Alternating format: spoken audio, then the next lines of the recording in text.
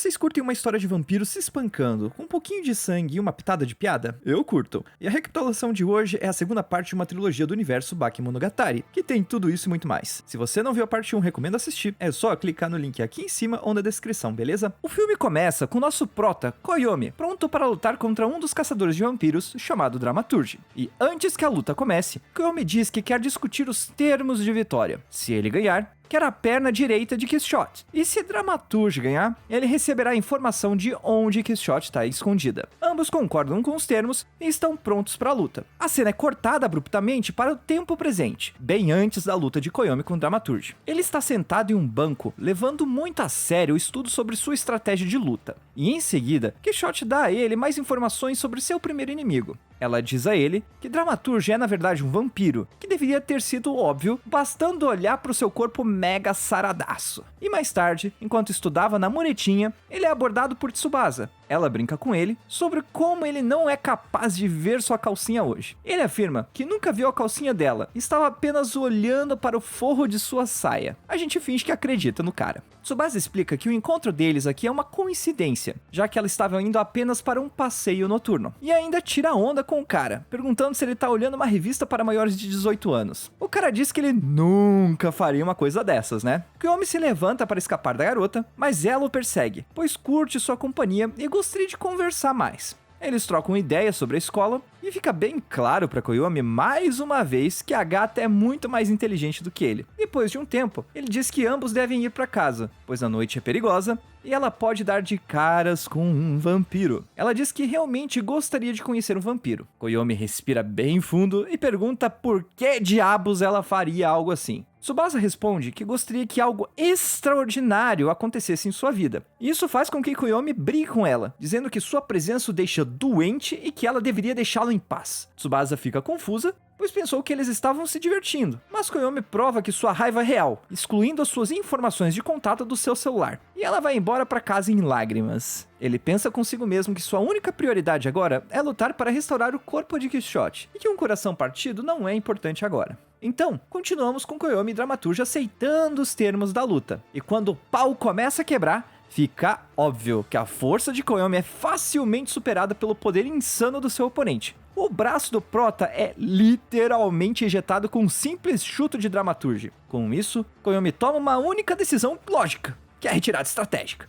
Enquanto foge, ele percebe que sua mão está começando a crescer e puxa para regenerar todo o braço, quase no estilo Piccolo de regeneração. Com o desenrolar da luta, Koyomi consegue pegar Dramaturge por trás e aparentemente imobilizá-lo, mas ambos os seus braços são arrancados como papel. E aí toca ele fugir pro ginásio. E o prota nesse momento tem uma ideia. Dessa vez, Koyomi vai mudar os planos e vai atacar à distância, jogando bolas de beisebol na cabeça do inimigo. E com o tempo, começam a perfurá-lo. Dramaturge cai no chão e quando é ameaçado ser esmagado por um grande golpe, admite a derrota. Ele explica que nem todos os vampiros são capazes de se regenerar instantaneamente da mesma forma que Koyomi, e por isso que ele nunca será capaz de derrotá-lo. Em troca de poupar sua vida, ele diz que nunca colocará as mãos em Koyomi, e após a luta, para a surpresa de Koyomi, Tsubasa estava assistindo. Ele tenta afastá-la novamente, mas ela explica que sabe que ele não é do tipo de pessoa que agiria assim, a não ser que tivesse alguma circunstância ruim por trás. Ele afirma que simplesmente se cansou dela, mas ela chama de mentiroso sabendo que no fundo não é isso. Ele retruca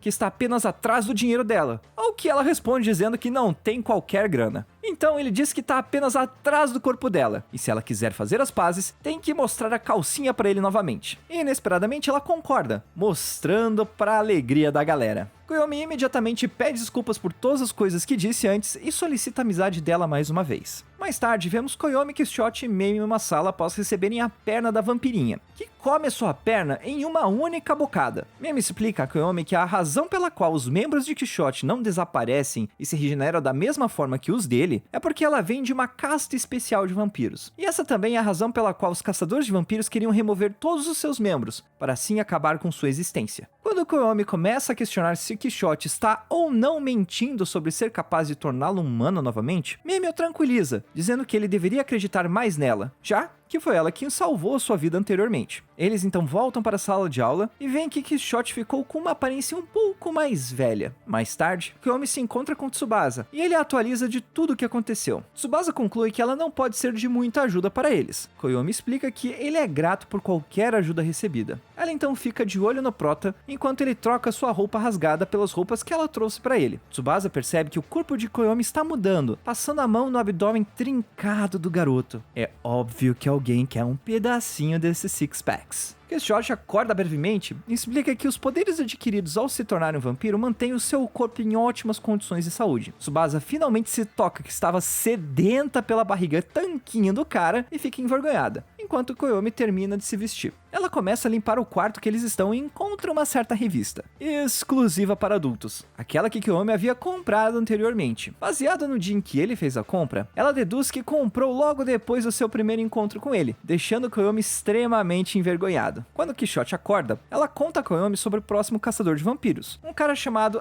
Episode, mas ela não recorda muito bem dele, e para se lembrar melhor do caçador, resolve massagear seu cérebro. Ela literalmente enfia sua mão pelo lado temporal do crânio para massagear o cérebro. Grotesco, mas muito da hora. Quixote explica que Episode é meio vampiro, e devido ao seu sangue mestiço, ele não é aceito pela comunidade de vampiros e nem é aceito muito bem pelos humanos. Racismo isso, mano. O pessoal é muito preconceituoso. E por sofrer esse preconceito, ele tem um certo ódio profundo por vampiros. Vamos para o momento da luta. Koyomi e Episode discutem quem é o verdadeiro vilão dessa história. E obviamente, o caçador de vampiros acredita que o Prota é o grande monstro que deve ser derrotado. A luta começa com Koyomi partindo para cima, mas o caçador escapa facilmente do seu ataque. A habilidade de Episode de lançar uma grande arma em forma de cruz, combinada com sua velocidade, deixa Koyomi com apenas mais uma opção: retirada estratégica. Tsubasa estava assistindo a luta e começa a gritar alguns conselhos, mas o caçador, ao perceber a intromissão da garota, ataca instantaneamente, deixando um corte gigante em sua barriga. Enquanto ela sangra nos braços de Koyomi, diz a ele que Episode está se transformando em uma espécie de neblina para evitar seus ataques. E sabendo disso, Koyomi espalha uma grande quantidade de areia no ar para deter os movimentos do seu oponente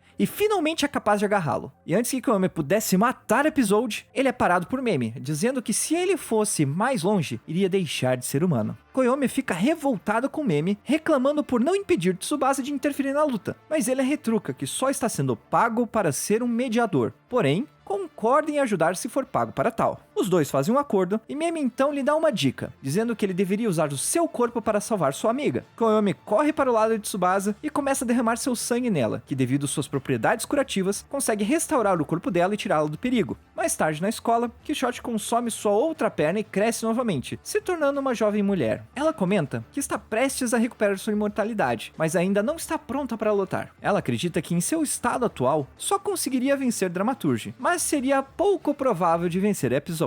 Infelizmente, a luta contra o último caçador de vampiros, Guillotine Cutter, é mais preocupante. Ela explica que apesar de ser apenas um humano, esse caçador é um sacerdote especializado em exorcismos, e Guillotine não deve ser menosprezado, pois foi ele quem conseguiu arrancar os 2 braços dela. Mais tarde, Koyomi se encontra com Tsubasa e fica feliz em ver que sua ferida está completamente curada. Eles conversam um pouco e ela questiona por que ele não tem vontade de se alimentar de sangue, mas ele não sabe responder isso. Ele comenta que ela deve ficar longe dele, pois está profundamente preocupado de não conseguir manter sua sanidade se algo acontecesse com ela novamente. Ele se preocupa que ela esteja sacrificando a si mesma. Ela explica que não é um auto-sacrifício, mas sim auto-prazer. SM na veia dessa garota, gente. Mas, se é realmente o que ele quer, ela irá embora. E como presente de despedida, ela lhe dá a sua calcinha, para que ele possa devolvê-la quando eles se encontrarem novamente. Sendo adolescente que ele é, Koyomi pega a calcinha, mas diz que nunca devolverá, levando-a para o túmulo com ele e depois passando como herança para futuras gerações. Mais tarde, Koyomi está de volta à escola pensando em Tsubasa, mas seu delírio é interrompido por Meme, que entra na sala meio que sem fôlego e revela que cometeu um grande erro, deixando Tsubasa ser sequestrada pelo caçador de vampiros. Koyomi pergunta a Meme o que ele deve fazer para vencer o Guillotine, e a resposta que recebe é que ele deve desistir da sua humanidade. Koyomi se encontra com o caçador e vê que ele tem Tsubasa em suas mãos. Ele a tranquiliza, dizendo que definitivamente a salvará. Guillotine, que está segurando a dama em perigo pelo pescoço, diz que não tem superpoderes como os outros, então é obrigado a utilizar outras táticas. Ele diz ao prota para se render, ou ele matará Tsubasa. Koyomi concorda e começa a levantar as mãos, mas de repente seus braços se separam em múltiplos cabos e se esticando imediatamente para cima de Guillotine e Tsubasa. Eles crescem a ponto de virarem uma árvore gigante, simultaneamente salvando a garota e prendendo o caçador, que ironicamente ficou crucificado. Porém, nessa cena também vemos uma feição de infelicidade em seu rosto, pois agora está muito claro para ele que definitivamente se tornou um monstro. Essa foi a parte 2 da trilogia, galera. Se curtiram, se inscrevam e ativem o sininho, pois a parte 3 vem em sequência, beleza? Se cuidem, um abraço.